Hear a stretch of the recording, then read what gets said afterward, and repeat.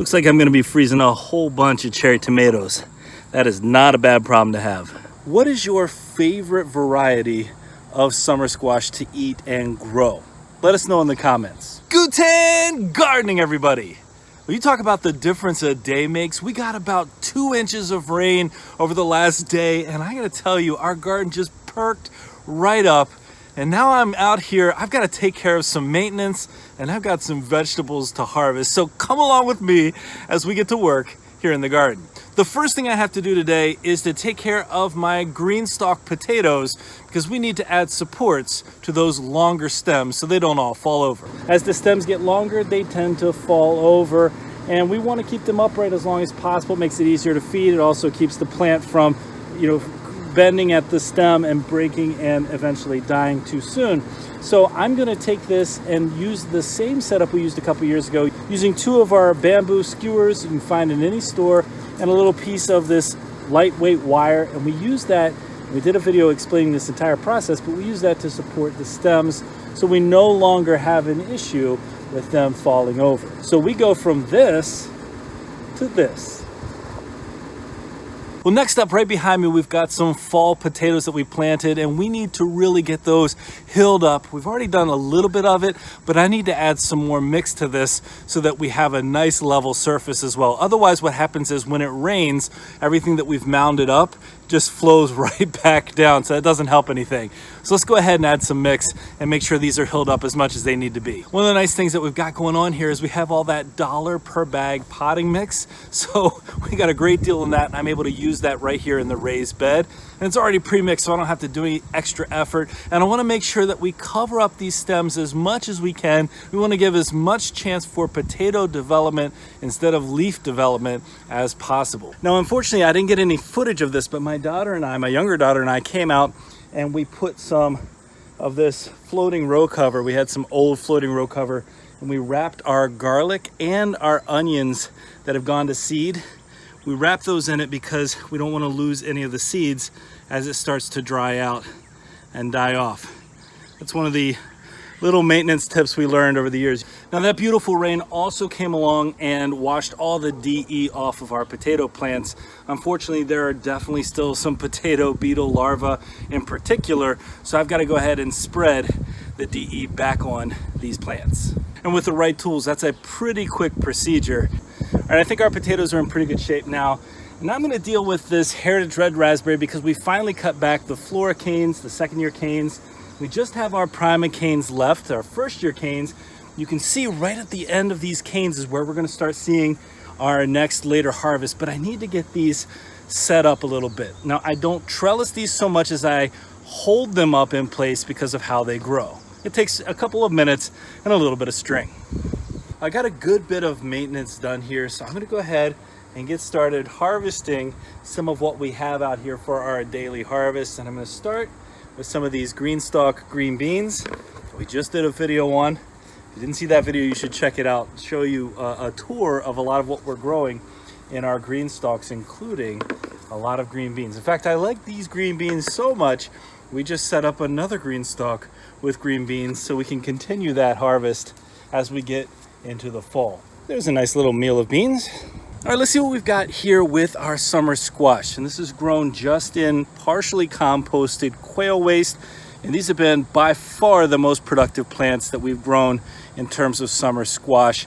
Lots and lots that we've harvested already. What is your favorite variety of summer squash to eat and grow? Let us know in the comments. Now, here in our front garden area, I had an extra summer squash and I put it in one of the pots out here for a little bit of curb appeal, I guess. And what do you know? We've got a nice zucchini ready to go. If you were to ask me what plant in our garden I think is the best pollinator attractor, it's right behind my head right here. That's our garlic chives. I think I have never seen a garlic chives plant, once it's gone to bloom, that wasn't loaded down with all different kinds of pollinators. I mean, you can clearly see here 5, 6, 7 bees, and then a whole bunch of other types of pollinators as well. So these plants not only have the benefit of bringing in pollinators, but they're also really beautiful. Now, last I checked on this eggplant bed here in our front garden space, The plants themselves weren't massive yet, but there were a couple of eggplants on here that look like they're ready to go. So let's go ahead and see what we've got in here to harvest. Well, none of them are massive, but that's a great size for an eggplant. We have a couple of different varieties in here as well. This is probably, it's kind of a fun shape, a circular shape, but I love that bright pink color, purplish pink color. Look at the difference between these two. Nice little harvest. Harvesting some of the tomatoes here reminds me that I need to get over to our community garden spot and see what's ripe over there. This one's not fully ripe, but it's gonna ripen up over the next couple days. Ooh, look at this yellow tomato. Oh, that one doesn't make it inside. Oh man, that was delicious. Hey, those of you who agree with me that orange and yellow tomatoes taste the best, let us know in the comments. And if you disagree, tell me why. I mean, take a look at these. All volunteer. The color of the sun, look at that. It's taking the place of the sun right there. And after a really slow start, I gotta get on the other side of this fence somehow here to harvest these. But after a really slow start, they're starting to ripen up really quickly now. Looks like I'm gonna be freezing a whole bunch of cherry tomatoes. That is not a bad problem to have. I got something growing down in here and I'm not actually sure what kind of melon it is. I thought I had just planted cucumbers here, but clearly I got something. If you know what it is, let us know in the comments. I had to get away from the wind a little bit, but this is the first time that we've got this white cherry tomato to get to full maturity. It's a much paler yellow than most of our other tomatoes. I think this is really gonna be delicious. Let's see how it tastes. It's super sweet.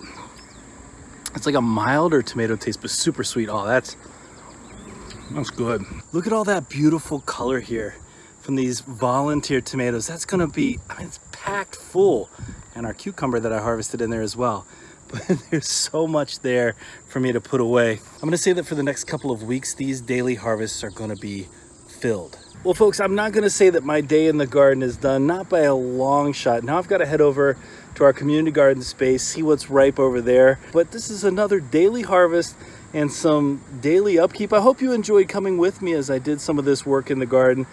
You know, a gardener's work during this growing season is never done, and we certainly got more to accomplish out here. But if you enjoyed today's video, don't forget to give us a like, leave us a comment, remember to share and subscribe, and most importantly, remember, when you're with us, you are good to grow.